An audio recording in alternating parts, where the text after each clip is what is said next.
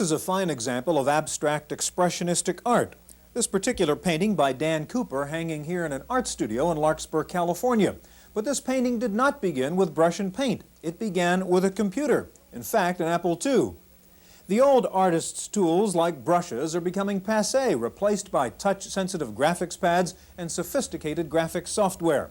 Today we take a fresh look at computer graphics on this edition of the Computer Chronicles.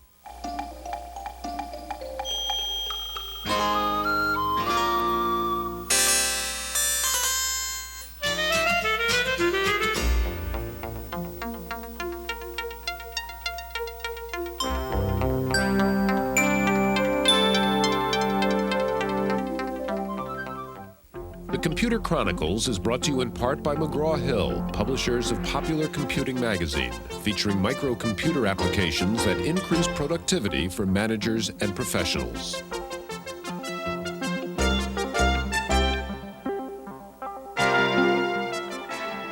Welcome to the Computer Chronicles. I'm Stuart Chaffee, and sitting in this week for Gary Kildall is George Morrow. George, our subject today is computer graphics, and that's a relatively new field. I know when I was a kid, the closest I ever got to computer graphics was a little Etch-a-Sketch.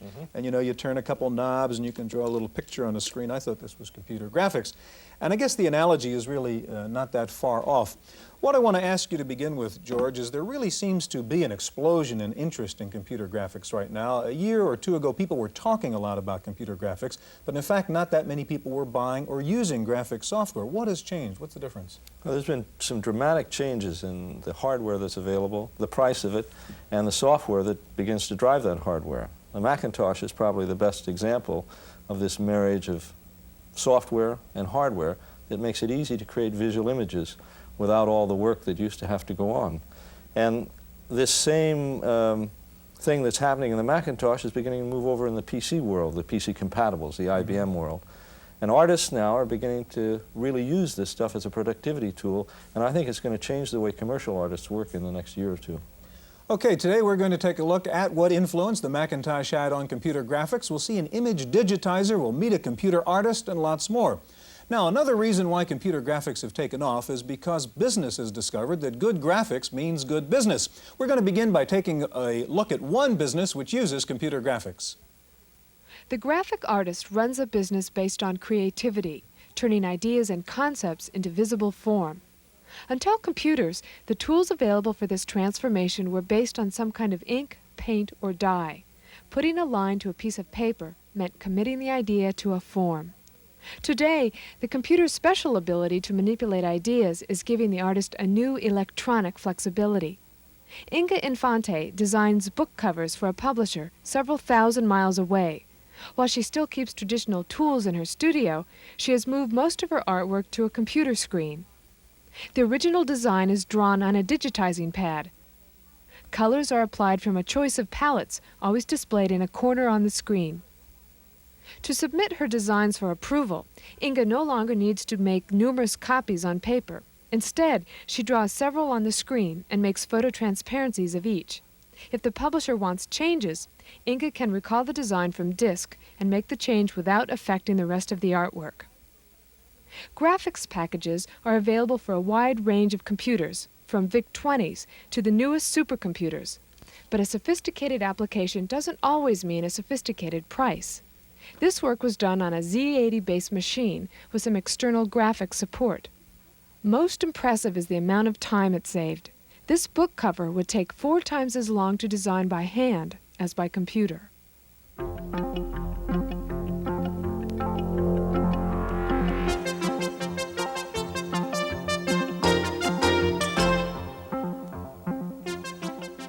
Joining us now is Marijn Kramer with Apple Computers. Marijn is a software product manager there, and Mark Bulla, the Director of Technical Services for New Image Technology, Inc. George? Tell us about MacDraw here. How does it differ from MacPaint? The basic difference between MacDraw and MacPaint is that MacDraw has a structured approach versus graphics, and that means that each object is regarded as a separate entity, and once it's designed on the screen, it can be manipulated at any time. And that allows a great use, first of all, in the business environment for presentations on one side, and due to its precision and accuracy, it allows further use in the technical area for architectural and engineering design. Give us an example then of how you would use MacDraw. Let's say in the business environment, I want to do a quick org chart for a business presentation. I go and select one of the palette tools, like in a MacPaint document. I draw a rectangle, which is a box, and it shows me that it is regarded as an entity by these handles. To make it a bit more fancy, I go in, duplicate this box, fill it with a black pattern, and then send it to the back to get a three-dimensional effect. This is possible due to the multi-level capability. Then I select this whole drawing because I need some more boxes for my other parts of the drawing. I duplicate them, put one box here. Okay, since MacDraw, as you say, treats that whole graphic as an entity, you can pull the whole composite graphic over. And I can do that again. And this way I already have my org chart more or less designed. The only things that are left to do is basically combine them with some lines. That's right. You're rushing. You don't have to perfect this time around, all right? And then you can, when you finish that, you can then enter labels inside your boxes from the keyboard. Right. And the only thing that is left to do, basically, is I go in here, type my titles, and then I can go ahead and print it out on the laser printer. So there's a lot of familiarity here from MacPaint. The other thing I can do, as I said before, precision and accuracy allow me to do things like floor plans and draw to scale capabilities, and that's why I'm loading up a floor plan which was designed before in order to show you some of these capabilities, how I can modify an already existing floor plan. We see we can scroll on and off here with a larger picture than one on the screen. Let's say I want to add another desk in this office. I go in, select my desk here, which I have designed before, duplicate it. I want it the other way around, so I go to my Arrange menu and rotate it. I grab the desk, pull it over here, get a chair for the person who is supposed to work there, duplicate that as well. And this way I see how it would look if I add another desk in that office. Let's say the boss wants a carpet in his office. I select my rectangle from the palette, I go in here, I draw him a carpet in his office. I fill it with a gray pattern, and just by saying send to back, I see what the effect is on the screen. Now if I want to have more accuracy due to want to see what my sizes are, I go in here, show size, and that shows me exactly my dimensions in the program. Now, Ryan, you have a laser printer hooked up to that. Right. You could get a hard copy of that graphic then. Right. Do you have an example there? Let me show you the hard copy output, and that shows you the high quality of the laser printer at the same time. Yes, it does. Now, Mark, let's get you into the act. We've seen how MacDraw is a little bit more sophisticated here than MacPaint. You can digitize a picture and then manipulate it in the same way. Tell us how Magic works, your product. Okay, it takes a video signal and cuts it up into little pieces and assigns gray patterns to the levels of light, and puts it into the Macintosh in a MacPaint file format. What would I use one of those things for after I did that? You could use it for, say, a small company newsletter. It's an easy and convenient way of putting pictures into your little newsletter. I see. And just printing them out on the laser Nothing printer. in between. Mark, show us how. Let's take a picture of George for the Morrow Company newsletter here. Okay. And see how we would digitize George. Okay, I'll use this. This is the camera we provide with the digitizer. First thing I need to do is find out what light level he is. There he is. Yes. And he's way up near the top since it's bright in here. And that's Look at George. So you've got your little built-in light meter, huh? Right. The next thing I need to do is place the patterns. The gray patterns are on the bottom of the screen. I'm not sure how they show up, but I place them where I need them to fill in the grays where George is. This is coming in pretty good.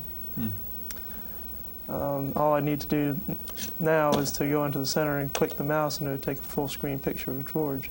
What it does is it takes in levels of light, one level at a time, and assigns patterns to them. How much would this cost me?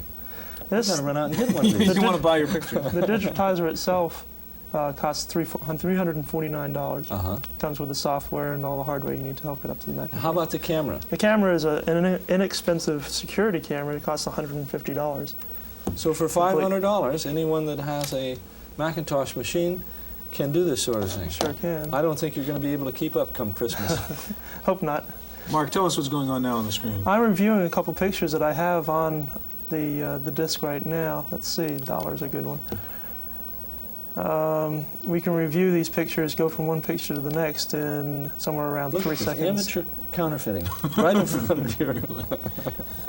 These are just pictures that we took. These all have 3 levels of gray. Right now we're up to 38 levels of gray.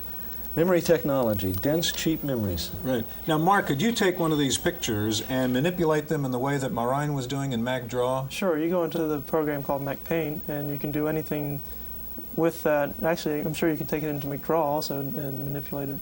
You can do anything with these pictures that you can do with a MacPaint picture. Comic books? Really? What about hard copy? Can you get hard copy from these digitized Sure, pictures? you print it out on the laser printer, the HP laser printer, the Apple laser writer. If once it's in the MacDraw or the MacPaint format, it comes right onto the laser printers. Right, exactly. So this is an example of building on existing software. Is this, what do you do with it for real? I mean, you mentioned the newsletter application. It's a neat little toy. There's no question about it. I mean, what are people going to buy it for? What do you think users would do with it? There's a number of uses for it. Because we split up the picture, the light intensities into different sections. You can assign any patterns to any light intensity that you want. There are a number of scientific applications you can use it for. Densitometry is a good one, which uses X-rays and that sort of thing to find out how dense objects are. In just a minute, we're going to take a look at a new color graphics program for the non-Mac crowd, something called DazzleDraw, and we'll look at a very sophisticated color graphics program which gives you 16 million different colors to play with. So stay tuned.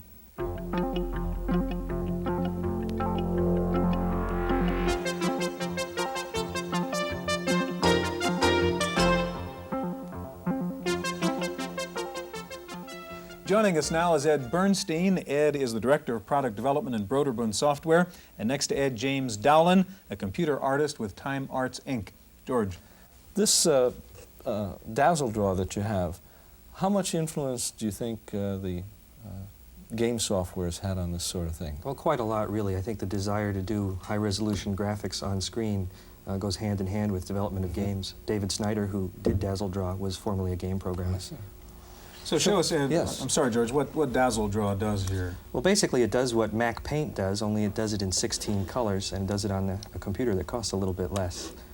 Now what I've done here is chosen a palette of paint brushes. I get to choose the size of my brush over here. I've chosen a size already. And then I can just go up on screen, and in this case, write my name, change colors, decorate it, even change to a pattern and do the same thing. Do you have anything of a finished nature that you could show us? I do have some pictures on the disc that show what a real artist can do. A lot reminiscent here of MacPaint. Well, very much like it. You're using a mouse, and it looks like the Mac environment, only without the Mac. Yeah, we make no bones about it. That's what we set out to do, and we did it. A Mac Paint for somebody who doesn't have a Mac. Exactly. Or that already has an Apple. Yeah, but I mean, what's the memory requirements on this? It requires, if a 2C has 128K built in, if you're going to use it on a 2E, you have to buy the expansion You need the memory card. 128. Can you turn these menus off? Yes. The nice part is, since the menus take up some of the picture area, you can actually work the whole picture area. And one thing you can do is, while you're working with the menus, use this little elevator to get at various parts of the picture. This is just as good as anything you'll see on a PC. Ed, what's the difference there? The DazzleDraw is a new program for the 2C and the 128K 2Es. There have been other programs that look a little bit like this before, color drawing things on the 2E and so on. What's the difference between that and the earlier ones? There's really two things. One is that by expanding the memory in the 2E, Apple, and 2C, Apple made it possible to do what's called double high-resolution graphics. In the old days, you could do high-resolution graphics, but only in 4 colors. Now you can get this sort of resolution with all the color choices you see here. The other big difference is using the Macintosh-style user interface that makes it makes it easier to manipulate those images. So the pull-down menus, the icons, exactly, that kind of thing. Exactly. James, as an artist, you come to this from the perspective of an artist, not a computer person. What is your reaction to software like this? I'm very impressed with the number of colors and the kind of high resolution he talks about. I think, and also the speed with which images can be created on the computer. That opens up a whole new world for artists. But how about the idea of computer art in general? I mean, does this does it make you feel bad that you're not playing with brushes and cans here, or does it make you feel good? I think some artists might be intimidated at first, maybe thinking that they need to know programming and that kind of thing. And they may feel intimidated the same way an artist maybe felt that way when cameras first started creating images. And of course, painters still paint, cameras take other kinds of pictures. That's right, each has its own place. It's a new medium. It's an exciting medium. James, in just a minute, I'm going to ask you to show us Lumina, which is a much more sophisticated graphics program. It could cost maybe $2,500, but there are still graphics systems which cost in the hundreds of thousands of dollars, the kind you see used by the television networks. We're going to take a look at one of those right now.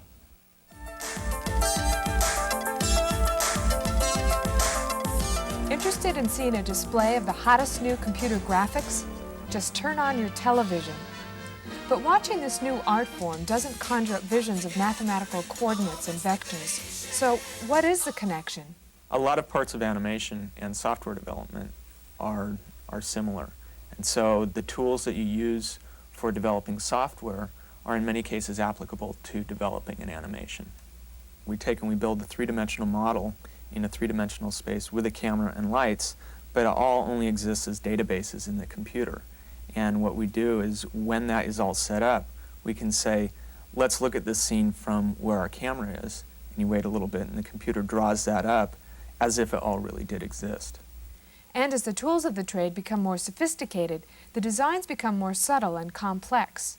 We do more and more editing as time goes on. There's a perfect example in the opening for the Super Bowl that we did, which was, it's a 30-second piece, and there's about 10 different shots in it. And that was one of the first times we really took and designed a piece with a much more cinematic approach, taking and telling a story using different shots, different angles to do it. Typically in the past it's been long dramatic camera moves. Everyone here has a very rare cross between the arts and computer science. So most people here have a technical degree of some sort, but a very, very strong background in the arts. And it can be any form of the arts. It can be filmmaking, animation, sculpture, photography, anything that has helped them to develop an aesthetic sense and also good three-dimensional visualization. We've come a long way from hand-drawn animation. This is Robin Garthwaite for the Computer Chronicles. So we've just seen a very expensive television computer graphic system, and James, before we saw DazzleDraw at the other end, which sells for about $60, Lumina is somewhere in between. What does Lumina do that DazzleDraw doesn't? We have an artist palette of 256 colors on the screen at one time, and that's out of a complete choice of over 16 million colors. And so the artist can create his paint palette much like a painter of oil paint would do. And we also can display, well, we have 512 pixels on this screen, but we can actually create images up to 2024 pixels across, which is getting into a resolution of any conventional medium once it gets onto film. 2,000 pixels per inch will rival a 35mm piece of film. James, briefly before we get to the demonstration, what's the hardware configuration here? The RGB monitor, which is kind of the FM of TV sets, displaying all the color. We have the graphics package here, which houses a hard disk drive and the basic PC type computer it's running off of. So most of the cost is over here in this expensive color monitor, right, James? I would say so. And we're in the IBM PC world as opposed to the Apple That's world right. before. Now give us a demonstration of what you could do with Lumina. Well, I'll give a sample here of a high-resolution image, and I can go in. Now, what you see is like an artist's rough sketch of the overall composition. I can move into Get Box, which gives me a little box you'll see which represents a 512 image screen, and zoom into that. And what's coming on the screen then will be the full resolution piece of that full image. And this is where the artist works on the image itself. You can actually paint pixel by pixel, or using all the various different paint brushes and color fills and color grads and airbrush effects and that kind of thing. And we have here three-dimensional pieces rather than just the two-dimensional pieces with the other packages. So you are getting something for your money, at least. Sure. Yeah, the images here are rivaling the conventional airbrush painting, I would say, by the time they get out on film. The hues there are beautiful. I move through the menu, which comes up and down as I move, into change forms and moves.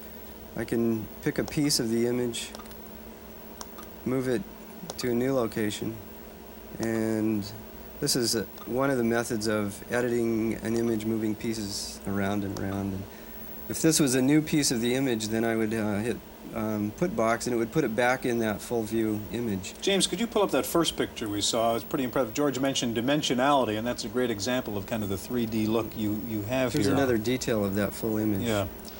Also, while you're pulling up that other picture, what do you do about hard copy? It's nice to see it on the screen, but I take it if you're an artist, you want to get a hold of this sooner or later. How do you do that? The best method of pulling all this wonderful color would be to put it onto film, and I use an Ektachrome, Kodak Ektachrome.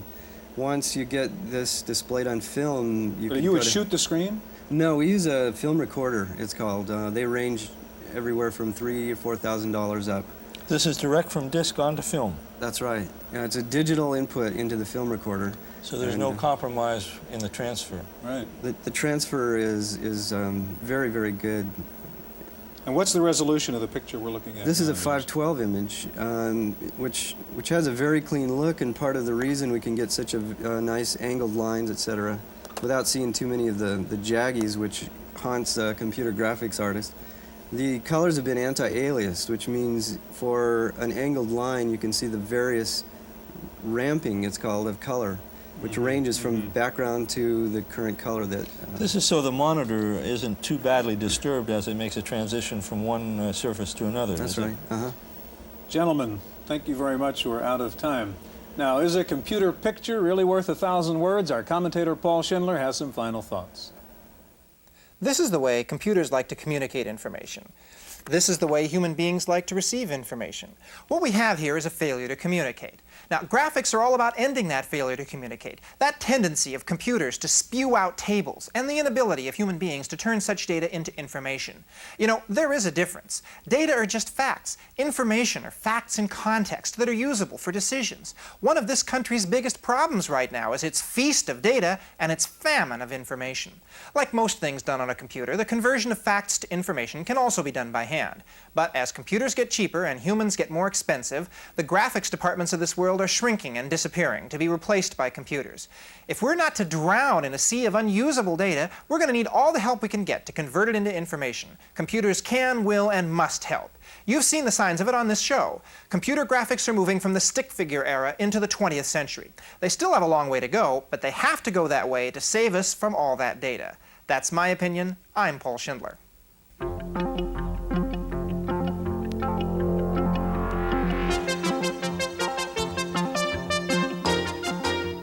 In the Random Access file this week, the experts say you should stop waiting for the IBM PC-2. They say there won't be a PC-2 in the foreseeable future. Rumors have circulated for months that IBM was preparing to launch the PC-2 featuring the 8286 chip.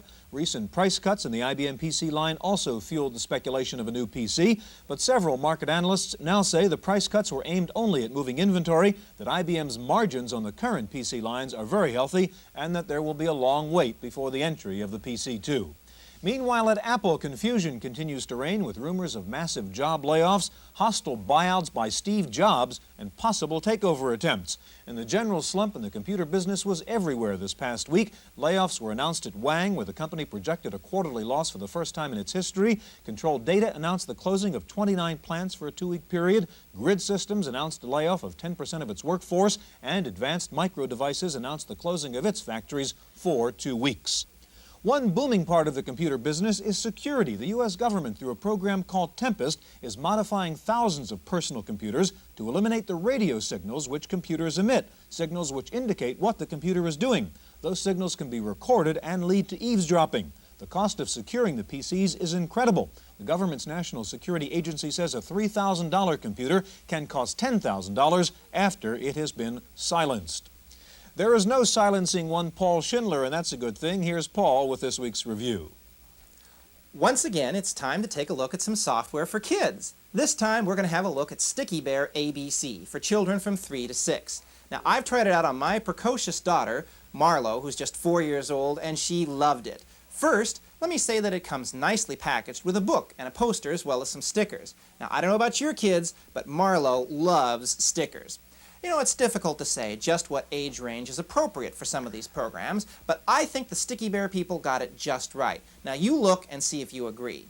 There are 52 different animated pictures in this package, 2 for each letter of the alphabet. Although, for example, the picture for grass is a little obscure, most of the others are easily recognizable. Kids learn the sense of control they get from hitting the keyboard and changing pictures. And as an added plus, they learn how keyboards are laid out. Now, I've tried several packages of this type, and Sticky Bear is the easiest to use. It also sports the best graphics. Sticky Bear ABC, $40 from Xerox Educational Publications in Middletown, Connecticut. Give it a look. For the Computer Chronicles, I'm Paul Schindler. The early reviews of Jazz are coming in. The positives are ease of use, splashy graphics, and some nice new features, but the criticisms are not enough memory, slow access, and the lack of macros. At the annual robotics conference held this past week in Detroit, manufacturers showed off new sophisticated robots with vision and force sensing. The new robots can recognize parts in any position and can tell when something is going wrong by feeling the extra pressure when parts don't fit right. Robotics engineers say this new generation of smart robots could overcome some of industry's hesitancy to move into robotics. Meanwhile, the consumer robot business continues to boom with the possibility of another big robot Christmas. 2 ex-Atari execs, founder Nolan Bushnell and former president Donald Kingsborough, have each come up with competing computerized pet robots. The new Petsters are mini versions of the animated androids made famous at the Pizza Time theaters. These cats and bears sing, dance, and respond to the noises of their owners with complex facial movements. Both robot pet entrepreneurs say they've already taken over $75 million in orders. Finally, a Mega Wars freak in New Jersey got so addicted to the CompuServe space game that he may find himself in a terrestrial jail. Ken Golden of Cherry Hill, New Jersey got so hooked on Mega Wars that he stole a credit card number to be able to stay online all night and defend his solar system. He may have won the interstellar war, but he lost the legal battle and faces a 5-year prison term and a $250,000 fine. Not too logical. That's it for this week's Computer Chronicles. See you again next week.